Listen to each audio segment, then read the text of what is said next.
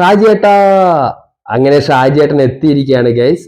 March 19 release ആവുന്ന ആട് three trailer release ആയിരിക്കുകയാണ്. നമുക്ക് നേരെ ഷാജിയേട്ടനും കൂട്ടനും ഇപ്രാവശ്യം എങ്ങനെയാണ്, ഏത് ലുക്കിലാണ്, പഴയ എനർജിയിലാണോ എന്ന് നമുക്ക് പരിശോധിക്കാം. നേരെ ട്രെയിലറിലേക്ക്. ഫ്രൈഡേ ഫിലിം സൂപ്പർ ട്രെയിലർ കണ്ടിരിക്കുകയാണ്. ട്രെയിലറിൽ ഏറ്റവും ലാസ്റ്റ് കണ്ട ഒരു സൂചനയുണ്ട്. അതായത് പാർട്ട് 3യുടെ പാർട്ട് 1, അത് ആട് 3യുടെ പാർട്ട് 1 എന്നാണ് അത് കാണിക്കുന്നത്. അപ്പൊ ഇത് 2 പാർട്ടായിട്ടാണ് 1 ലാസ്റ്റ് റൈഡ് വരുന്നത് എന്നുള്ള സൂചന അതിനകത്ത് കാണുന്നുണ്ട്. അതായത് ഷാജിയേട്ടൻ ടീമും വീണ്ടും വരാനുള്ള ഒരു സാധ്യത ആ ട്രെയിലറിൽ എൻഡിൽ തന്നെ കാണിക്കുന്നുണ്ട്.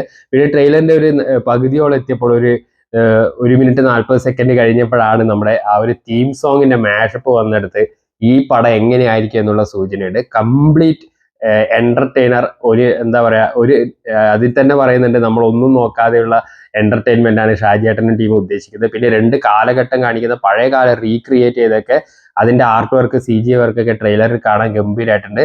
അത് കാവ്യ പ്രൊഡക്ഷൻസും ഫ്രൈഡേ ഫിലിം ഹൗസും ചേർന്ന് മുൻപെങ്ങും കാണാത്ത രീതിയിൽ 2 ആടിന് കൂടിയ ബഡ്ജറ്റിൽ, അതിനേക്കാൾ കൂടിയ ബഡ്ജറ്റിലാണ് ഈ സിനിമ ഒരുങ്ങുന്നതെന്ന് മനസ്സിലാക്കാം.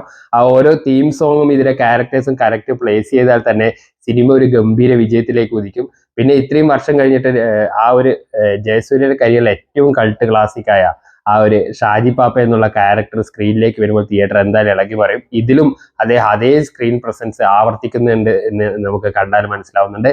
എന്തായാലും നിങ്ങൾ ആട് 3 ആദ്യ ദിവസത്തെ ആദ്യ ഷോ കാത്തിരിക്കുന്നവർ എത്ര പേരുണ്ട് കമന്റ് ചെയ്യുമല്ലോ.